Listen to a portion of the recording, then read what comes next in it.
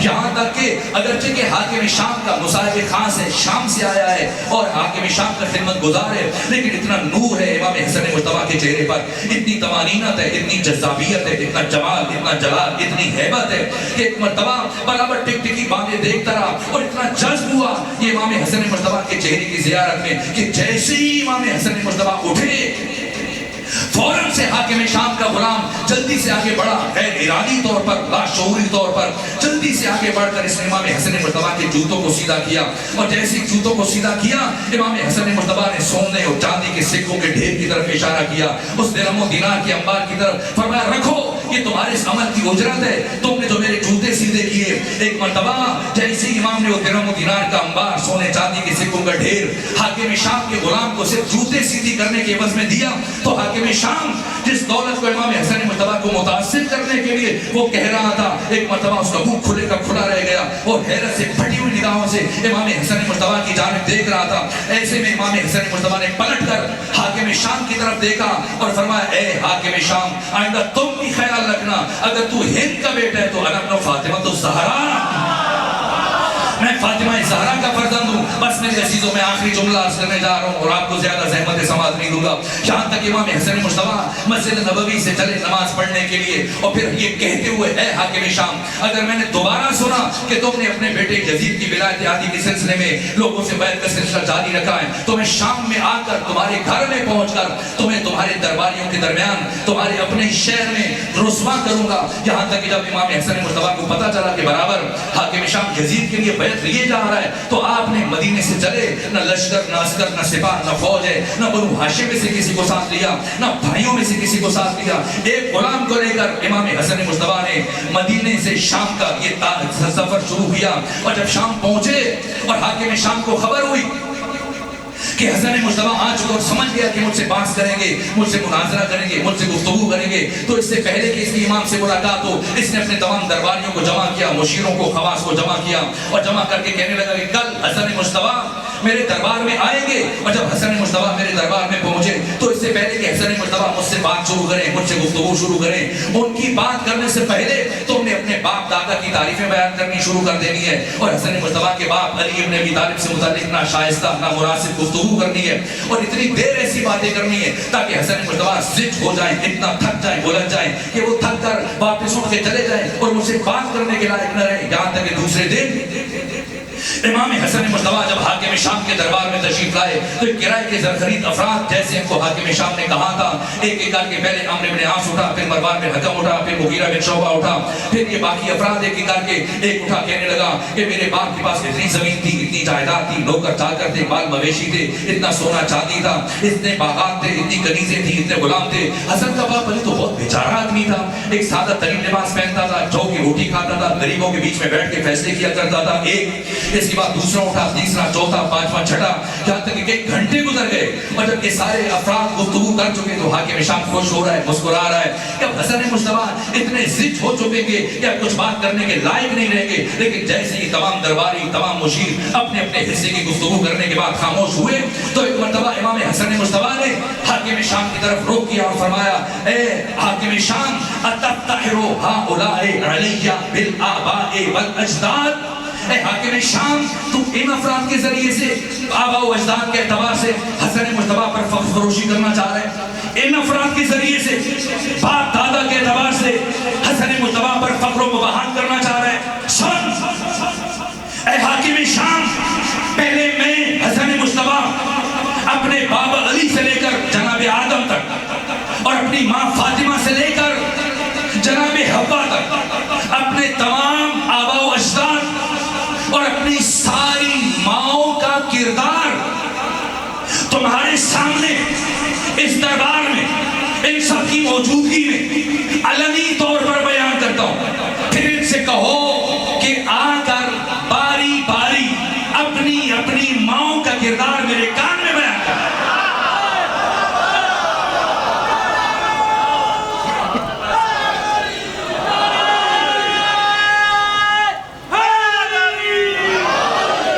ان سے کہو آ کر باری باری اپنی اپنی ماؤں کا کردار میرے کان میں بیان کر دیں، اور اس کے بعد وہ تاریخی خطبہ جس کے بعد 2 سے 3 جملے عرض کر رہا ہوں یہاں تک کہ فرمایا سنو حاکم شام، سنو اہل شام، میں حسن مجتبیٰ کون ہوں؟ واللہ لو قمت علی ھذا المقام، اگر میں اس مقام پر کھڑے ہو جاؤں، کتنی دیر؟ گھنٹہ، ہفتہ،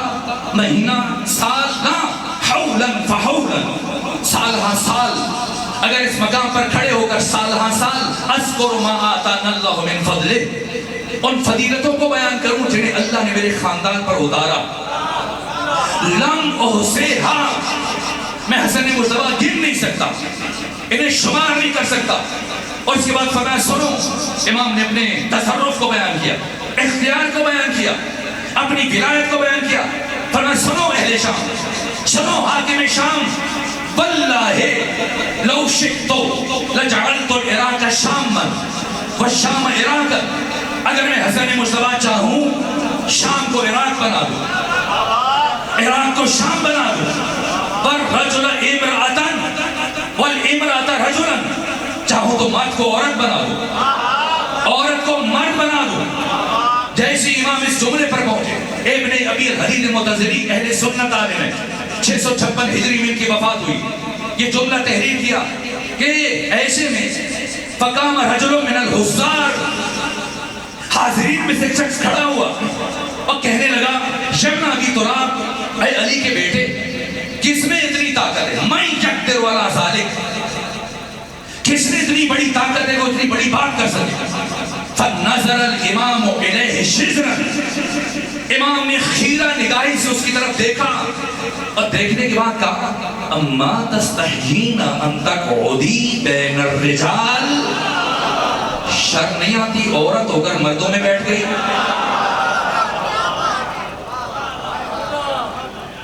سورہ واقعہ یاسین تفسیر کے آخر میں جو آیت ہے کہ اللہ جب کسی چیز کا ارادہ کرتا ہے کہتے ہو جا تو ہو جاتی، اس کی تفسیر میں خمینی بتشگن نے جو جملہ تحریر کیا، کہا نا اللہ کیا یہ مراحل نہیں کہ پہلے اللہ ارادہ کرتا ہے پھر وہ کہتا ہے پھر وہ ہو جاتی ہے، نا یہ فہم بشر کے انسانوں کو سمجھانے کے لیے پروردگار نے یہ لفظ استعمال، ورنہ اللہ کا ارادہ وہی کہنا اور کہنا وہی ہو جانا، اللہ کے ارادے کا مظہر، اللہ کی مشیت کا مظہر، خود رضائے خدا، خود ارادہ خدا۔ امام حسن مجتبیٰ جیسے ہی فرمایا اما تستحیین ان تقعدی بین الرجال، شرم نہیں آتی عورت ہو کر مردوں میں بیٹھ گئی، اسی لمحے جنس تبدیل ہوئی، جب جنس تبدیل ہوئی تو وہاں سے چلی، اور جب چلی تو مورخین نے لکھا وَنَادَ الْإِمَامُ أَنْ أَقْبِهَا، امام نے آواز دی بات پوری سن کے جاؤ، تم تو عورت بن چکی ہو، کیا ایک گھر میں دو عورتیں رہیں گی؟ نہ، گھر جاؤ، قَدْ سَارَتْ عِيَالُكَ رَجُلٌ، جسے عورت چھوڑ کے آئی تھی اب وہ مرد بن چکا، جاؤ باقی کی زندگی اب بیوی کی حیثیت سے گزارو۔ وہ تو چلی گئی لیکن مجمع پر سکوت طاری ہوا، سناٹا، ایک خاموشی، اور کافی دیر سکوت خاموشی کے بعد ایک مرتبہ حاکم شام نے کہا یا ابا محمد لقد فضحتنی واہنتنی فی مجلسی، اے ابا محمد حسن مجتبیٰ آپ نے میری توہین کر دی، میرے گھر میں آ کر، گھر میرا، دربار میرا، شہر میرا، حکومت میری، رعایا میری، سلطنت میری، تاج میرا، تخت میرا، وہ میرے ہی گھر میں آ کر آپ نے میری توہین کر دی۔ ایک مرتبہ امام حسن مجتبیٰ متوجہ ہوئے حاکم شام کی طرف، اور سنو اے لکڑی کے تخت پر بیٹھ کر فخر فروشی کرنے والے، سنو ان العرش سریری، حسن مجتبیٰ کا تخت عرش پروردگار ہے، والاحمد ضمیری، میرے ضمیر کا نام محمد مصطفیٰ ہے، وعلی امیری، میرے امیر کا نام علی ابن ابی طالب ہے، والحسین وزیری، میرے وزیر کا نام حسین ابن علی ہے، والجبریل فقیری، میرے فقیر کا نام جبرائیل ہے۔ اور اس کا جو جملہ کا ان شئت اقل لک سیری، سکت نہیں ہو، بخار کی کیفیت میں بہت مشکل سے جملے ادا کر رہا ہوں، لیکن انہی جملوں کو بات سمیٹنا چاہتا ہوں، بس بچوں کے لیے عرض کروں، اگر دو مرد آپس میں الجھ پڑے عرب، اور ایک مرد دوسرے سے جان چھڑانا چاہے اور سامنے اگر مرد ہے تو کیا کہے گا؟ صرف جاؤ، جان چھوڑا، راستہ۔ اور اگر سامنے خاتون ہو یا دو خواتین لڑ پڑے اور جس سے کہا جائے وہ خاتون ہو، پھر پھر سر نہیں کہا جائے گا، پھر کہا جائے گا سیری، جو راستہ۔ بات پہنچی؟ اگر بات پہنچی تو سنیں کیا فرمایا، فرمایا سنو، ان العرش سریر والاحمد ضمیری وعلی امیری والحسین وزیری والجبریل فقیری وان شئت اقل لک سیری، تو بھی انسان بنتا یا تجھے بھی کہہ دوں سیری؟ بس اب سکوت ہے اور سناٹا، اس لیے کہ سانپ کا کاٹا رسی سے بھی ڈرتا ہے، ایسی گھبراہٹ طاری ہوئی کہ بس اب پورے دربار شام میں خاموشی ہے، سکوت ہے، سناٹا ہے اور سب چپ ہیں، لیکن ایک کمزار کا ظرف چھلک گیا۔ کون؟ مروان بن حکم۔ وہ کہنے لگا اے حاکم شام، میں آپ کے ظرف کی داد دیتا ہوں، آپ کی ہمت کی داد دیتا ہوں، کیا آپ نے حسن مصطفیٰ کی اتنی بڑی گستاخی کو برداشت کر لیا؟ ورنہ اگر آپ کی جگہ میں ہوتا تو اب تک حسن مصطفیٰ کا سر حسن مصطفیٰ کے تن سے جدا کر چکا ہوتا۔ یہ سننا تھا۔ امام حسن مصطفیٰ مڑے مروان کی طرف، فرمایا اے مروان، بالآخر تو خاموش نہ بیٹھ سکا، اے رسول اللہ کے بیٹے کو قتل کی دھمکی دینے والے، تو نے رات اسے قتل کیوں نہ کیا تھا؟ کہ تمہارے گھر میں، تمہارے حجرے میں، تمہارے حرم کے ساتھ مشغول گناہ تھا، تب تمہاری خیرت کہاں گئی؟ سننے مروان، تمہاری حیثیت حسن مصطفیٰ کے نزدیک اس مچھر کی سی ہے کہ جب وہ کھجور کے درخت پر بیٹھتا ہے اور چند گھنٹے بیٹھنے کے بعد جب اڑنے لگتا ہے تو وہ مچھر اس کھجور کے درخت سے کہتے ہیں کہ ذرا سنبھل کر، احتیاط کرنا کہ میں اڑنے لگا ہوں۔ تو پھر وہ کھجور کا درخت اس مچھر کو جواب دیتا ہے کہ مجھے تمہارے بیٹھنے کا ہی کب پتہ چلا تھا کہ تمہارے اڑنے سے کوئی فرق پڑ جائے گا۔ اے مروان بن حکم، تجھ جیسے شخص کا اس محفل میں ہونا اور نہ ہونا حسن مصطفیٰ کے نزدیک برابر ہے۔ یہاں تک امام حسن مصطفیٰ اٹھے حاکم شام کے دربار سے، یہ کہتے ہوئے کہ حاکم شام، اگر میں نے سنا کہ تو یزید کی ولایت عادی کے سلسلے کو جاری رکھے تو میں دوبارہ ہوں اور اسے پڑھ کر تمہیں رسوا کرتا ہوں۔ یہاں تک کہ پھر وہ مرحلہ آیا امام کی شہادت تک۔ یقیناً شاید ذاکرین میں سے کوئی جناب ذاکر امام حسن مصطفیٰ کی شہادت بیان فرمائے، نہ میرے سینے میں سکت ہے، نہ کیفیت ہے، نہ میں حاضر ہونے کے لائق تھا، لیکن اپنے عزیز بھائی کی خواہش کے احترام میں حاضر ہوا تو صرف ایک جملہ مصیبت تکمیل مجلس کی۔ آج 2 ربیع الاول،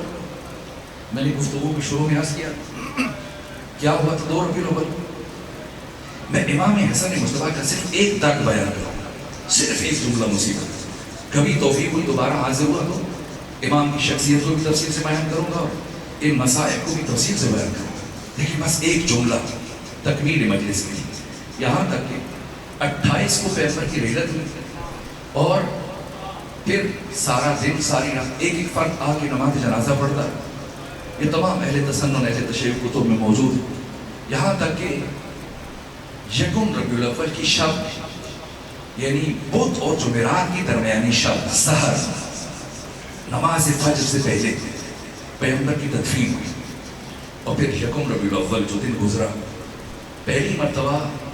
مسلمان نبی زادی کو پرسہ پیش کر دیا۔ کیسے پیش آئے؟ کیسے آئے؟ میرے عزیزوں، آپ کے گھروں میں کتاب موجود ہے، یہ ساتھ مسجد ہے شاید جہاں بھی، مفاتح الجنان ہے۔ یہ کتاب آپ میں سے ہر مومن کے گھر میں موجود ہے۔ اگر میں آپ سے پوچھوں کہ کس نے لکھی تو یہ مفاتح الجنان کس نے لکھی؟ شیخ عباس قومی۔ جناب شیخ عباس قومی جو ثقۃ الاسلام بہت بڑی شخصیت ہے، انہوں نے سیدہ کے مقتل پر ایک کتاب لکھی جس کا نام ہے بیت الاحزان، اور بیت الاحزان میں جو جملے تحریر کیے وہ جو آج کے دن کی بات ہے۔ یہاں تک کہ حزب حاکم کسی فرد کو سیدہ کے دروازے پر بھیجا اور کہا کہ جاؤ علی کو بلا کے لاؤ،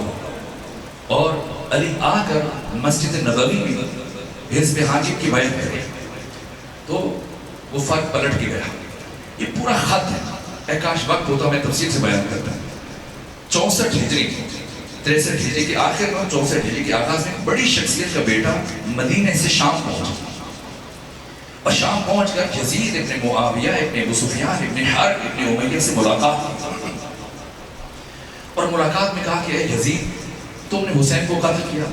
حسین کے بھائیوں کو مارا، بیٹوں کو مارا، بھتیجوں کو مارا، ساتھیوں کو مارا. اگر تو یہاں تک رک جاتا میں تمہارے پاس نہ، یہ مردوں کا معاملہ تھا، لیکن تمہیں یہ حق نہیں پہنچتا تھا کہ تم رسول زادیوں کو اس طرح سے ننگے سر ناحرموں کے سامنے درباروں اور بازاروں میں لے کے جاؤ. میں اس لیے آیا. یہ سن کر یزید کا چہرہ غصے سے سرخ ہو گیا، اور یزید نے کہا اگر کوئی اور یہی بات مجھ سے کہتا تو میں سن لیتا، لیکن تمہیں حق نہیں دیتا کہ تم یہ بات مجھ سے کرو. کیوں؟ میں یہ بات کیوں نہیں کر سکتا؟ کب بیٹھو. پھر یزید خود اٹھا اور لکڑی کے ایک صندوق میں سے ایک تحریر لے کے آیا، اور وہ تحریر آنے والے مہمان جو مدینے سے آئے، ایک بڑی شخصیت کا بیٹا، اس کی طرف پڑھائی. کہ یہ پڑھو. کہا اس میں کیا ہے؟ کہ یہ وہ خط ہے جو تمہارے باپ نے میرے باپ کو مدینے سے شام بھیجا. کیا لکھا تھا اس خط میں؟ تاکہ پڑھ لیجیے، اردو زبان میں اس کتاب کا ترجمہ ہو چکا ہے. بیت الاحزان شیخ عباس قمی جیسی شخصیت نے لکھی ہے. یہاں تک کہ لکھا کہ اے حاکم شام، ہم لوگ پہلے ایک غلام کو بھیجا علی کے گھر کہ جاؤ علی کو بلا کے لاؤ، لیکن علی کے گھر کے دروازے پر ایک کنیز نے یہ پیغام دیا کہ میرے آقا علی قرآن مجید کی تدوین اور جمعآوری میں مصروف ہیں، اور جب تک یہ کام مکمل نہیں ہو جاتا وہ باہر نہیں آئیں گے. یہاں تک کہ جب میرا بھیجا غلام خالی ہاتھ واپس آیا تو میں غصے سے کچھ افراد کو منتخب کیا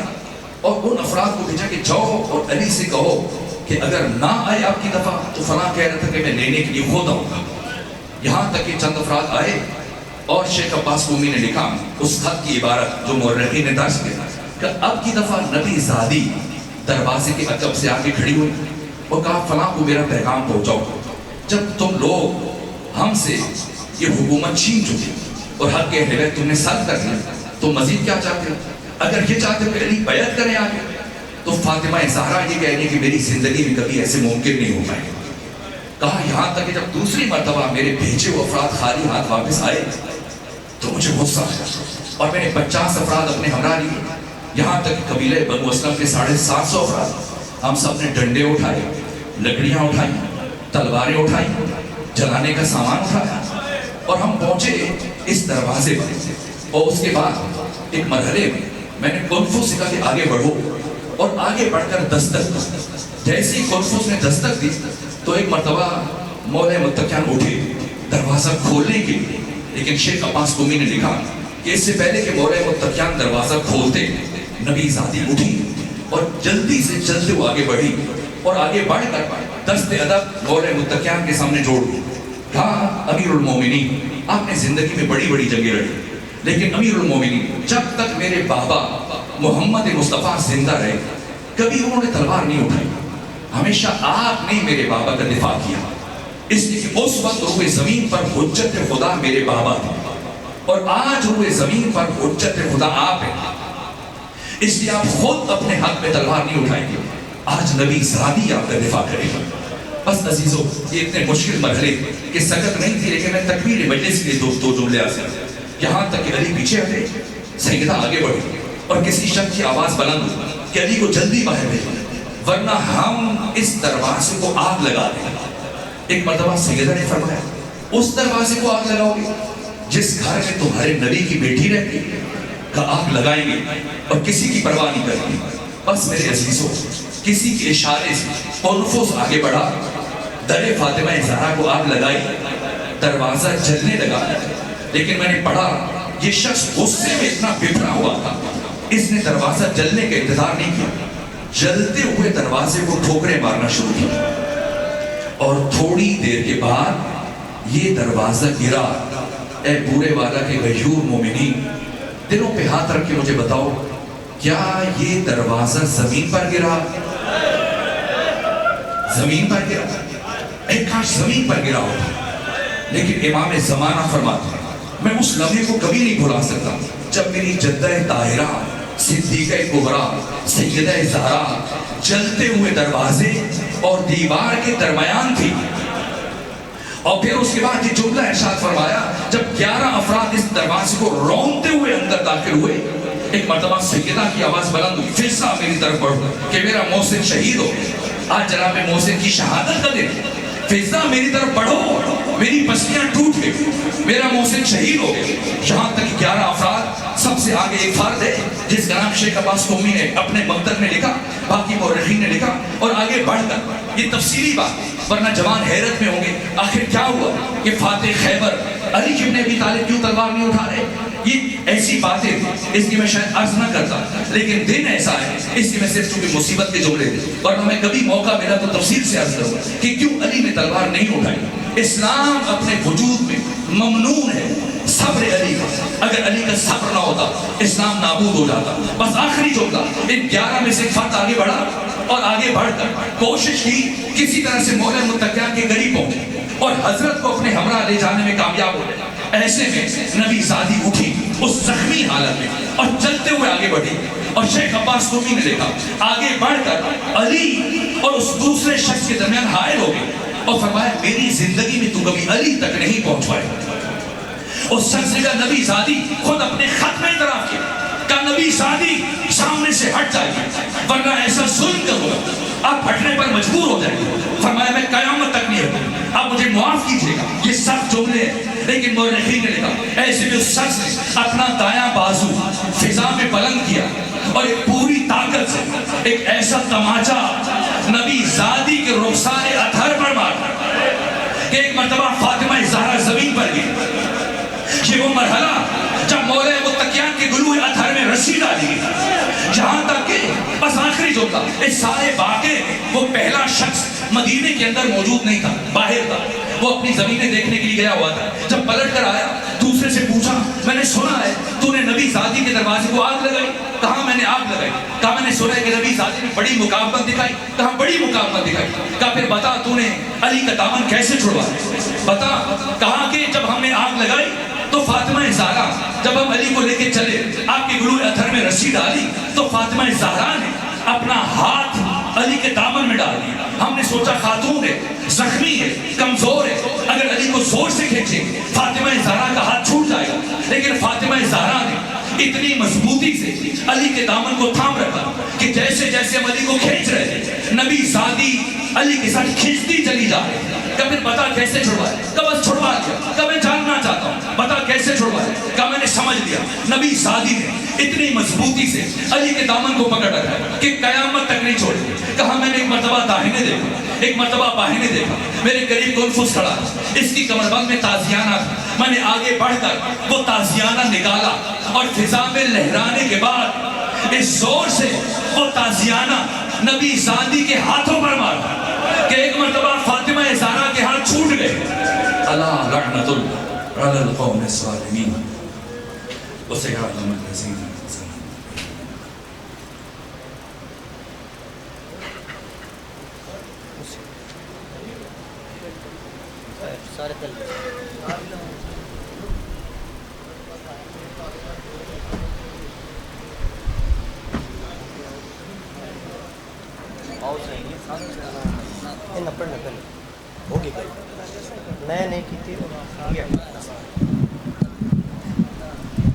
ماشاءاللہ جی قبول اور